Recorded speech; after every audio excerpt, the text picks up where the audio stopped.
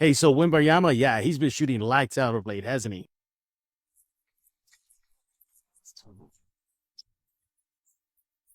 You are Locked On Spurs, your daily San Antonio Spurs podcast, part of the Locked On Podcast Network. Your team every day. Hey, everybody, welcome back to Locked On Spurs right here on the Locked On NBA Network. I'm your host, Jeff Garcia, Spurs writer for Ken's 5 San Antonio. Glad to have y'all back. Happy Tuesday, everybody. And thanks for making Locked On Spurs your first listen every single day. Free and available wherever you get podcasts, iTunes, Spotify, Ken's 5 Plus app, YouTube. Pick a platform. We are there. And we're making the right choice for coming here on Locked On Spurs for everything silver and black. Today's episode is brought to you by Prize Picks. Download the Prize Picks app today. Use code LOCKEDONNBA. Get yourself $50 instantly when you play by butts. You don't even need to win to receive the $50 bonus. It's guaranteed. Prize Picks. Run your game. So what are we talking about today? We're going to be looking at Wembanyama and shooting. Hey, you know what? He's been knocking him down of late, hasn't he? What has gotten into him? Why is he knocking him down? What do the numbers show us? We're going to be discussing that and then preview tonight's game, Spurs-Thunder. But yeah, Wemby shooting light out of late for his standards. You know, with this Spurs team not really having that much perimeter threat, could Wemby be one of the major threats they have outside of the paint? Numbers show that he is being that for the Spurs. He's doing everything, inside, outside. But we're going to bring up the also question, too. Is he playing too much of a perimeter game? That's been kind of a gripe among Spurs fans. And I get it. You're 7'4", 3, whatever he is. You know, he just towers over everybody during a game. Shouldn't he just be camped out in the paint and just do damage there? We look at those numbers as well. But overall, look, if he can play inside, outside, as he's showing right now, I'm all about it. And Spurs fans should just be about it. And are we at the point already where we got to be thinking, hey, he is just who he is, and this is what he's going to do. So stop your whining. If he's going to play outside, he's going to play outside the paint. He's going to play inside, he's going to play inside. If he play in between, that's just who Wemby is. And maybe that's just ultimately what Spurs fans have to accept, is that he's not going to be that traditional big Shaq, Ewing, Olajuwon back in the day. He's just a new generation of big men that can do it all. We're going to be discussing that with our guest. He is Rudy Campos of Sweep the League. He is back, everybody. What's going on, Rudy? What's up, man? I heard you enjoyed a concert last night. Oh, yeah, didn't I? I'm sorry. I might see you wearing it right now. So you're a maiden, man. Eddie on stage? Eddie showed up twice. He came out in the cowboy outfit because Texas. And then they were all like, okay, a good choice, Eddie. So then they put on this pyrotechnic show where Eddie had a gun and he was just shooting out fireworks in the air. And then like the lead singer of Iron Maiden was firing back from like a cannon. So needless to say, my nerd part was satisfied for the concert. But everybody, he is with Sweep the League. Make sure to follow him on X at Sweep the League. And he's just doing it all. One thing he has not been given, and he deserves it, is his own walk. So let's go ahead and play it already. Yeah, it's been a while since we get their walk-up music. There you go. The only guest to get a walk-up music here on Locked On Spurs. You need to come out with fireworks, too, like pyrotechnics, and carry your championship belt as you walk to LA. I thought I was supposed to get that. I'm going to have to contact your bosses and see who dropped the ball there, because I was supposed to get that on the next Locked On sometime. It's just going to be a big piece of pie. You just don't need to upset it. So why is Rudy here? What you heard in the intro, we're going to be discussing Victor Wembanyama and his shooting. Watch out, Rudy. He's been knocking him down from the 3 line, from the mid-range. Yes, the mid-range. We'll talk about that in a bit. And so much more. Before we get into some numbers, and we'll see what the numbers show us, why do you think he's been knocking him down? Is this such a situation of him just working himself out of a shooting slump as we saw earlier in the season? Or is just simply like he got his rhythm back? I mean, obviously, it's a good thing for the Spurs. Yay, Wemby, good job, keep it going. But why do you think all of a sudden now he's knocking him down? Man, on the positive side, I would say probably because he's shooting it. He's putting better in better situations by the point guards, Chris Paul, Stephon Castle, everybody else around him. Pick and roll seem to be working great, but also defenses are starting to lax on him a little bit. They feel like he cannot knock down that outside shot, which in the early part of the year, I was proven that he wouldn't be able to knock it down consistently. So I think a lot of defenses are tending to kind of lay off of him a little bit. They're going to have to respect him a little bit more. But at the same time, in the last 3 games, Jeff, he's shot 13 threes, 16 threes, 12 threes. I mean, he's shooting a lot more than he normally was at the beginning of this year. from the 3-point range. But even at that, I mean, knocking down 4 of 13 from beyond the arc against the Lakers. He was 50% from both the Washington Wizards. I mean, I'm sorry, yeah, Washington Wizards and the Sacramento Kings. So I think it's just he's been put in better situations, but more so ever, I think the defenses are laxing on him, kind of giving him that shot. Now they're probably going to have to respect it a little bit more, guard him up a little bit closer. So you may see a dip a little bit, but I mean, it's going on good right now, so you may as well just keep it going. No, I agree with you. I think this is a big part is just defenses saying, look, Wimby, you're not going to beat us in the inside, so we'll take our chances playing on the outside.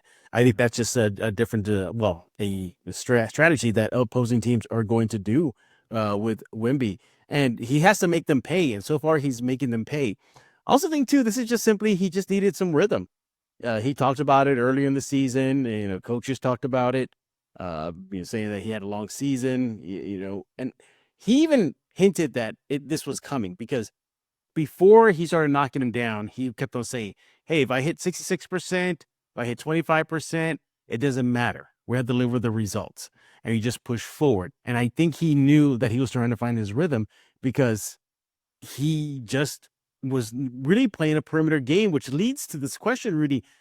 Based on these numbers, should Spurs fans just relax already and be like, hey, you know what? He's just going to be a perimeter and a player, and doesn't mean that he's not going to be in the paint, but this is just who he is.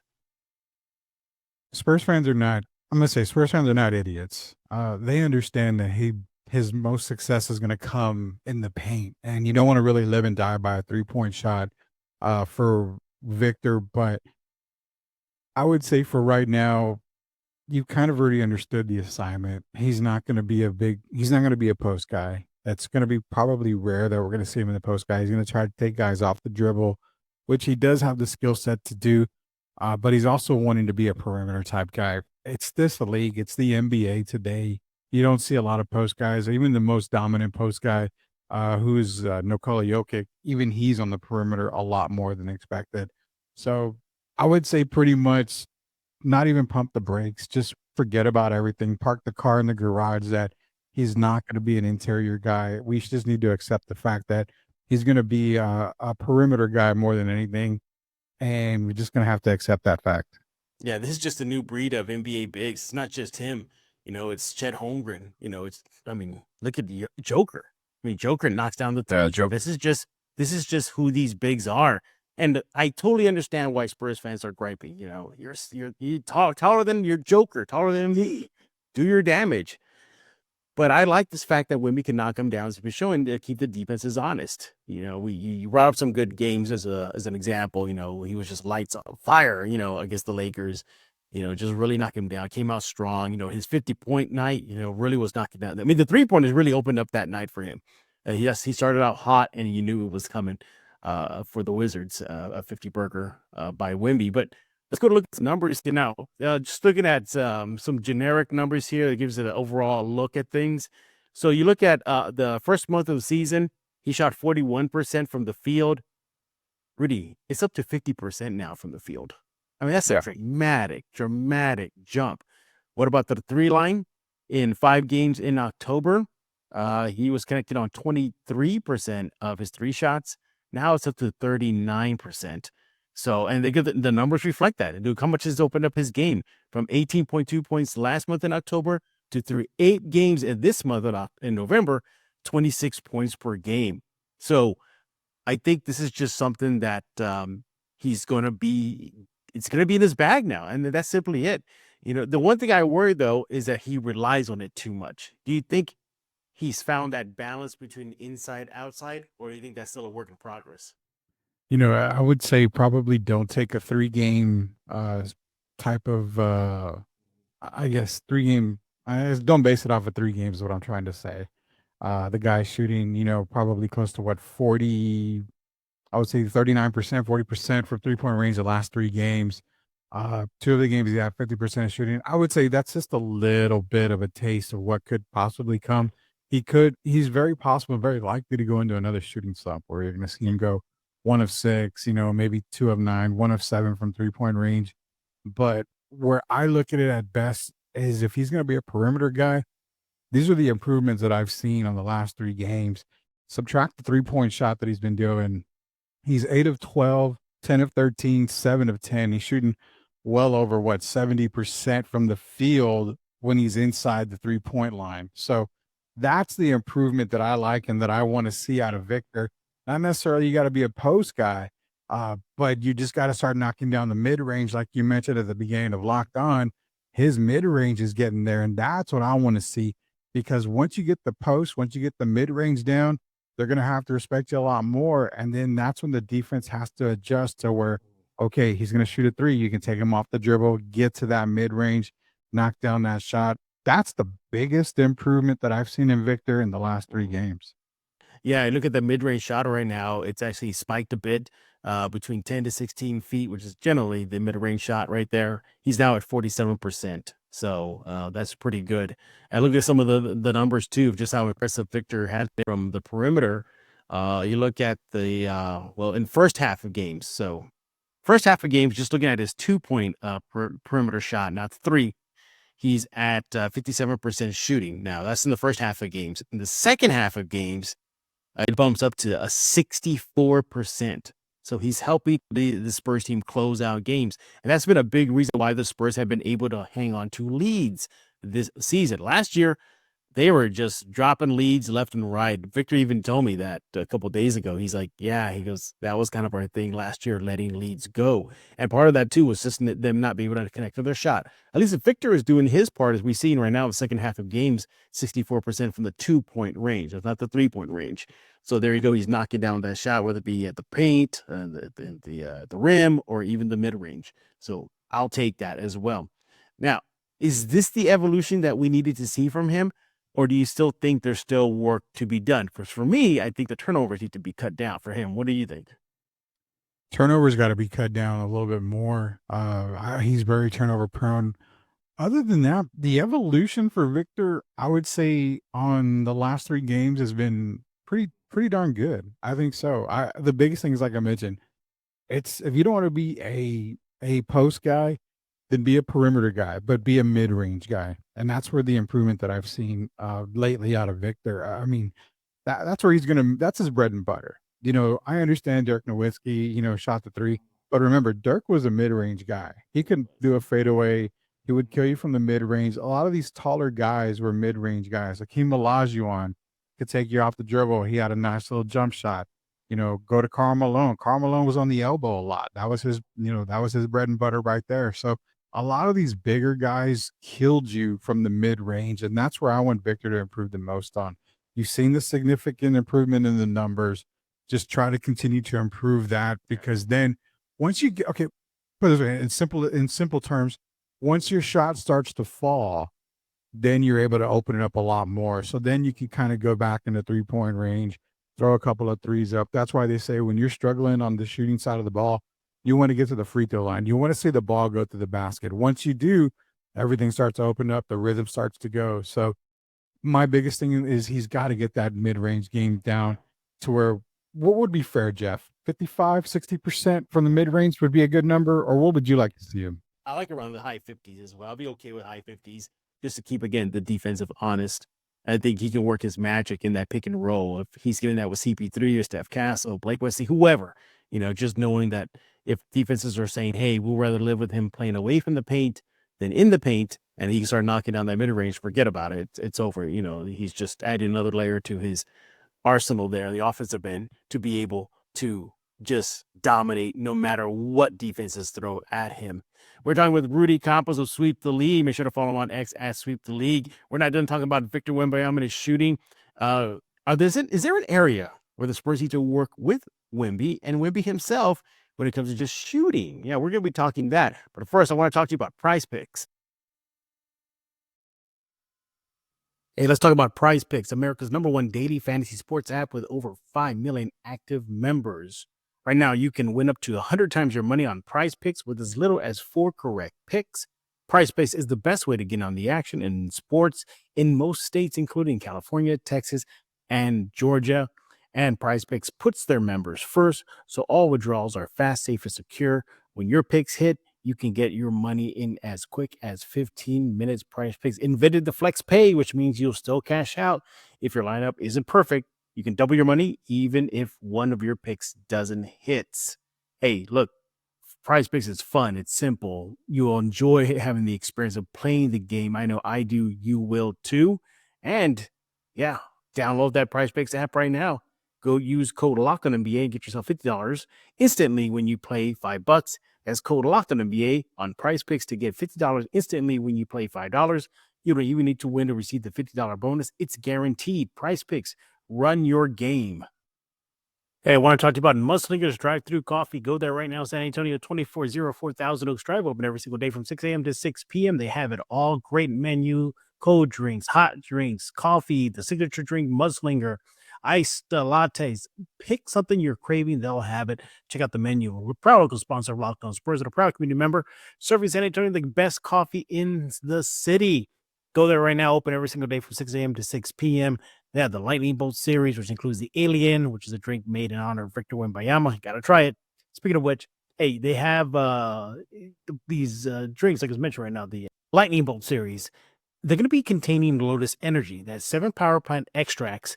It gives them flexibility to create new drinks. But if you want Red Bull, you just tell them and they'll put it in there. But the default will be Lotus Energy. Go there right now, 2404 Thousand Oaks Drive. They even got mini donuts. Best spot in the city to get yourself some coffee. Go there right now. San Antonio, follow them on social media at Mudslinger SATX. Go there right now because life is too short for bland coffee. We're back right here on Locked On Spurs with Rudy Campos, Sweep the League's very own. Make sure to follow him on X at Sweep the League and check out his show, Sweep the League, on YouTube, where we're talking about Wembanyama shooting. Now, before the break, you brought up something very interesting, free throws. This is something that I'm interested in because Chris Paul said this in the last game, saying we got to figure out a way to get Victor to the free throw line. This is where I have a little, not too much of a big issue, because if he's making them, so what? But I would like him to see him use a pump fake more, drive to the rim and get fouled and get to the free throw line. That's another area of his game that I would love to see improve, just getting more free throw attempts. He's going to get triple team, quadruple team, double team. And I think he can use that to his advantage and take a page out of Tim Duncan's book, swing that hand around and get hacked, take it to the rim and, takes a little bit of punishment. The only reason I don't think he would do that is because of the punishment, with that wear and tear on his body. You saw what happened to Chet Holmgren, when it gets to the pain, disaster happened for the Thunder. Look at recently with him and Anthony Davis, their knees collided when he was, when Anthony Davis was going to the rim.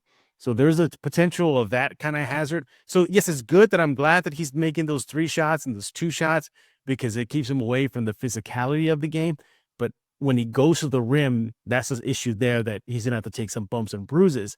But free throw, he has to get, I need to see him get to the free throw line more often than not. What are your thoughts?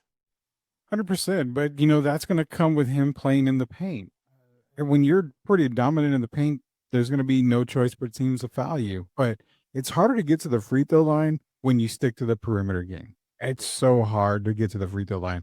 You're less likely going to be fouled on the jump shot. Yeah. A lot has to happen. So if they're going to run pick and rolls, when he rolls off the pick and roll, he needs to roll to the basket and just take it completely to the basket. But if you want the free throw attempts to go up, you've got to be put in the right frame of mind. A lot of guys that tend to be that live at the line, basically, they get to the basket. There's no, perimeter fouls all the time. It's going to take a few fouls to get called before you can get to the free throw line, before you're in the penalty. So a lot of these guys that went to the free throw line a whole lot of time, they attacked the basket, or they were big men that lived in the paint. In order for him to get free throw attempts up, he's got to be at the basket. He's got to be at the rim. If he's going 5 for 5 from around the basket, then teams are going to start to guard him a little bit harder. So then you're going to get a little more fouls. And I get the collisions, I get the health side, but you can never play too cautious, especially in the league.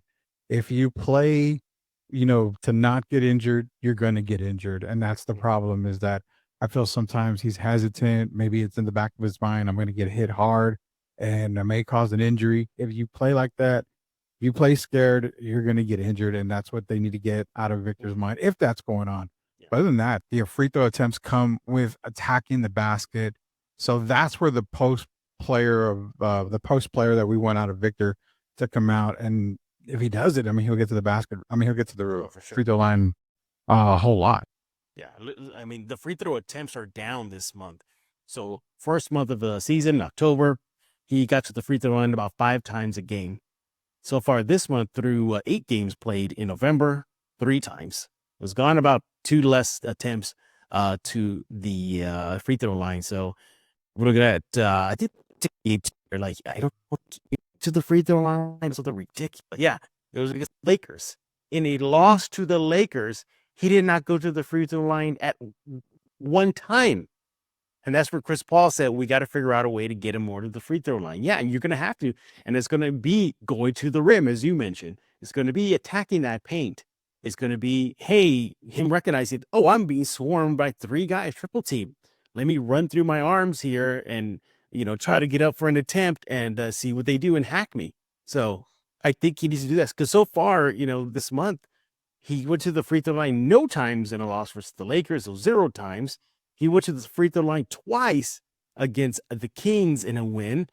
Against the Wizards, that was probably his best win of the last 3 games. He went to the free throw line 9 times. But outside of that, 2 attempts versus Sacramento, 2 attempts versus Utah, 3 attempts versus the Blazers. I can't cut it. I think he needs to get to the free throw line, and then that'll help. Obviously his free throw shooting. So we're talking about Victor's shooting overall. And I don't think that. What do you think? Is that on him or is that on the team? I think it's both. I think it's him not getting free is on both of them. They're not, his teams are not finding him in a position to get to the free throw line, and he's not being aggressive. So it's kind of a mixed bag. It's easy to blame. It's easy to blame the team because you have to put him in the right position, but it's also super easy to blame Victor because you don't put yourself in those positions. Yeah. So I would say, let me put it this way. If you're the focal point of the team, if you're the alpha on the team, you're going to go, the whole offense is going to run through you basically, then you need to be aggressive. You need to attack the basket. So I would put more of the blame on Victor because, again, he would rather be a perimeter guy, which is, again, if that's what you want to do, by all means, go ahead and do it. If the coaching staff is fine with it, then we're fine with it too. But don't cry or don't have teammates, get upset or try to figure out, well, how do we get you to the free throw line? There's not anything you can do magically other than attack the basket to get into the free throw line. So it's going to have to be more on him. That aggressiveness has to get up. And, you're talking, Jeff, you're talking about a 7'3" guy that should be living at the line minimum 6 to 7 times a night. The guy shoots 84% from the free throw line. As many times as Tim Duncan went to the free throw line, if he shot 84% for his career, you'd be seeing the Spurs win a lot more because there was a lot of times that Duncan's free throw inaccuracies it was hurting the Spurs. But this is a guy that should be living 6 to 7 times a night at the line. It really goes on him for the lack of aggressiveness, just in my opinion there.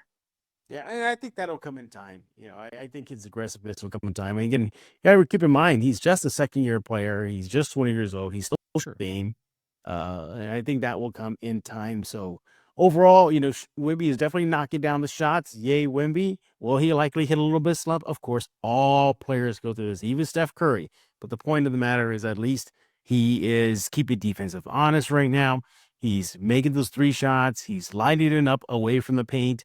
And that's part of his evolution as a player and the franchise player as well for the Spurs. When we get back, we're going to be discussing more about your silver and black, including tonight's game, Spurs-Thunder. I hear Rudy said he's going for the Thunder. He's wearing his Thunder jersey tonight at the Frost. You're brave if you do that. Yeah, I'm pretty brave. If I do wear a Thunder jersey, it's because of AC/DC. That's why. Oh, I see what you're doing there. I did the swing. I see what you did. All right, let's talk about FanDuel. Hey, I want to talk about FanDuel. You want to go to FanDuel.com right now. Hey, NFL fans, you can start the season with a big return on FanDuel, America's #1 sportsbook. So much when you get a hunch in the middle of a game, you can check out the latest stats, view live play-by-play, so much more on the same page where you place your bets. You just got to go to FanDuel.com right now. Speaking of FanDuel.com, Look, the NBA season is also around the corner. Spurs fans, time to have some fun with your silver and black on the court. The app is very easy to get, very easy to use, user-friendly, very intuitive. Make your picks, 1, 2, 3. Bet on parlays, bet on win spreads, totals. I mean, seriously, you can have so much fun with sports this sports season with FanDuel. Again, America's #1 sports book. You just got to get started with $200 in bonus bets, guaranteed. Yeah, you'll get started with that. And when you place your first $5 bet, you'll get started with $200 in bonus bets guaranteed. Another reason why you got to go to FanDuel when you place your first $5 bet. That's FanDuel.com. Go to FanDuel.com right now, America's #1 sports book. This is Emilio Rivera, the Padrino for the Mayans MC. You are listening to Locked On Spurs with Jeff Garcia. We're back right here on Locked On Spurs with Rudy Campos. The guy's going to be showing up in a Thunder jersey tonight at the Frost. Make sure to follow him on X at Sweep the League. You know, it's bizarre. I see. I know you're one of them. You know, Spurs fans that have other jerseys outside of San Antonio. Oh yeah. You have like North Carolina jersey. They give him a Boston jersey or something like that. Joseph You know- Forte. Yeah. But do you ever wear them out? You do? Oh, okay. I thought you were one of those fans that didn't wear it out. No, I've worn my Joseph Forte Boston Celtics jersey out. I've worn my Drazen Petrovic New Jersey Nets jersey out.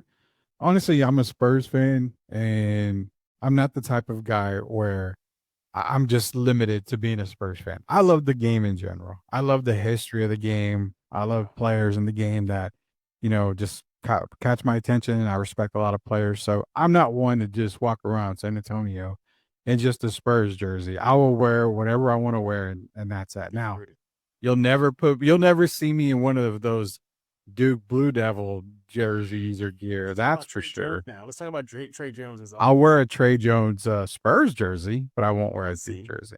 Yeah. You know, how's Derek not giving you one of his jerseys? It's full. They're Sweep the League. Funny. Let's just say it's getting work done. I'm getting your work done. So All right.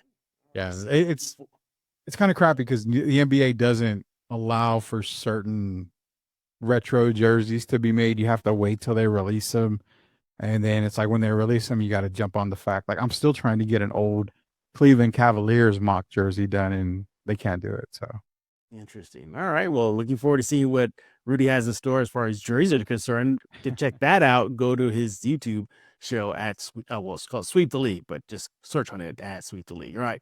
So Spurs Thunder tonight. Big game for the Spurs. Unfortunately, Chet Holmgren Wemby matchup won't happen because Chet is hurt. I think he busted his hip or something. He had a nasty fall recently, so he's out. So that matchup is gone, but nevertheless, a tall task for the Spurs. This Thunder team looks poised to make a deep playoff run, maybe NBA Finals bound. Even without Chet, this team is still potent. SGA, you got, who's the, Lou Dort, that defensive thing. I love, by the way, one of my favorite nicknames in the league, the Torture Chamber. I love that. I love that nickname. Hardenstein is back, so he's now getting some burn. This team is still potent, isn't it? yeah, it is. Once Chet went down, a lot of people figured, well, that would probably be the season right there for them.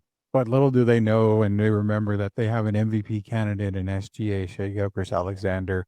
You got Jalen Williams still playing. I mean, you got to remember they added Alex Caruso and Hardenstein at the beginning of the season. So those two additions were huge. I know Caruso, I believe, is out still. Hardenstein's on his way back in.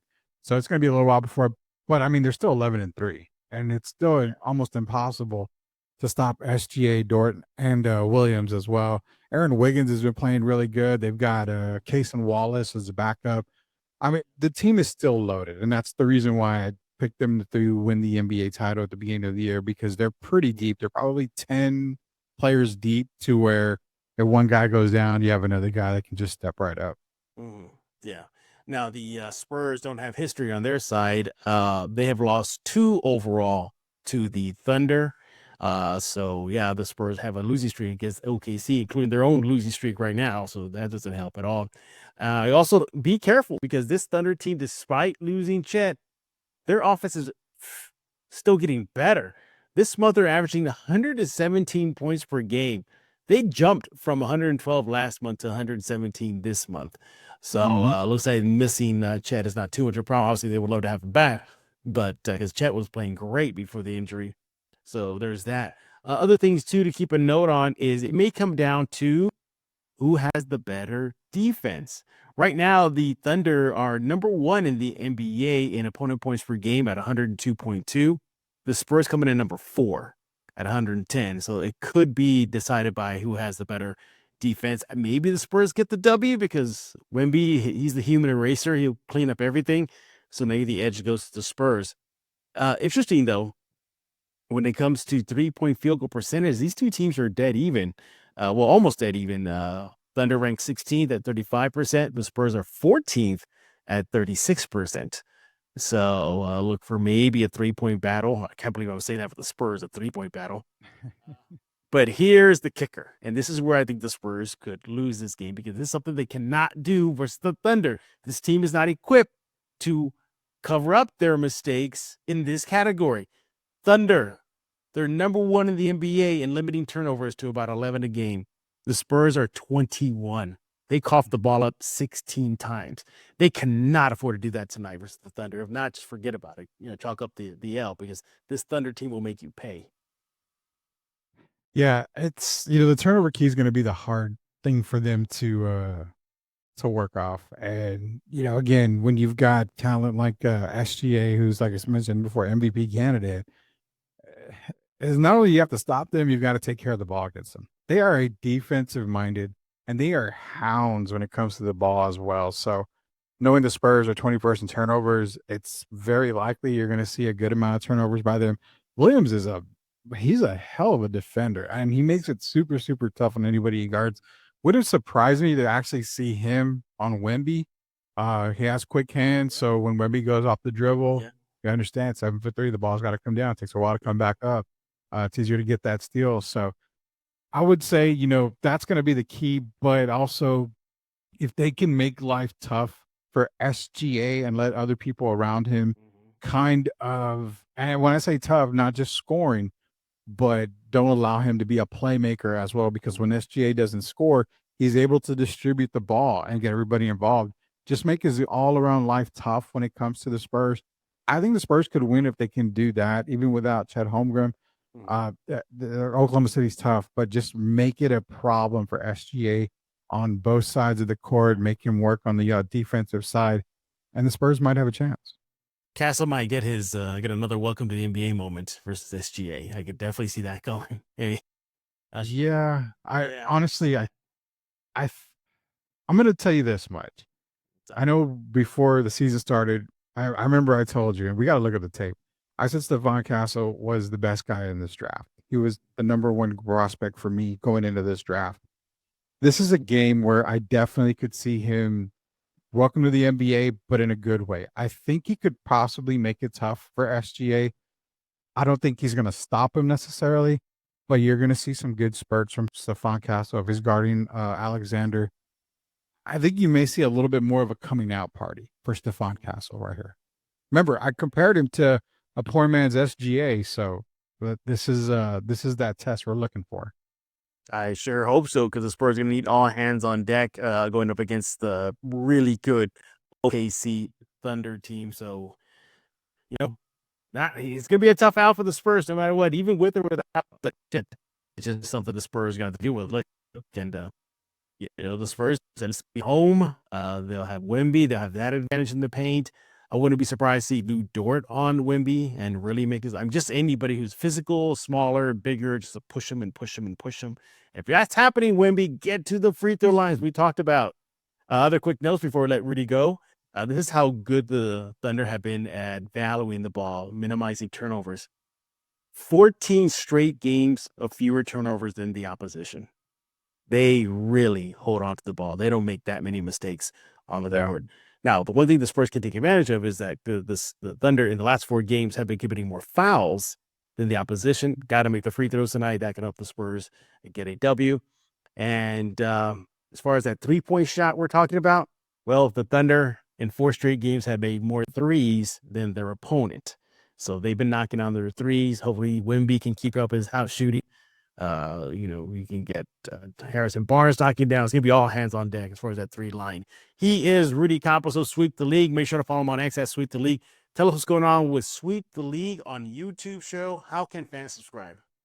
Yeah, go to YouTube, search Sweep the League TV, be a subscriber. We've added a lot more content going. We've added another car ride edition that was pretty popular the first time we did it. So myself and Derek Gervin, we added another rendition of the car ride. We've also got STL, which is Sweep the League, Sweep Unplugged, where we unplug ourselves from pretty much the sports world that we cover Monday through Friday. And we bring you the aspects of podcasting as far as yoga. We had a yoga master coming on actually today. We've got everything from authors to just life coaches, everything. So pretty much getting all the content out for you guys out there. The only way to get it is to go to YouTube, search Sweep the League TV, and be a subscriber. That's right. Or just go to Rudy's X page at Sweep the League, and they have all the links there, and subscribe to him as well. Is Iron Maiden on the Mount Rushmore of rock bands? Yes. Yeah. I would say so. Yeah. They're on there. Yeah. I don't think I have any doubt on that. I don't even know why it took forever to think about it, but yeah, they are. Me neither. No, yeah. I mean, they're up there, and I couldn't believe it. They're 70 plus, and they're still running around that stage, kicking and jumping off speakers. I'm not kidding. That's all you're doing, just jumping off speakers. And I told the guy that was sitting next to me at the Frost, I was like, hope when I get that age, I'm still like that active and nimble the way they were. We were just going from speaker to speaker and bending up the ladders and running up and down, What about Guns N' Roses?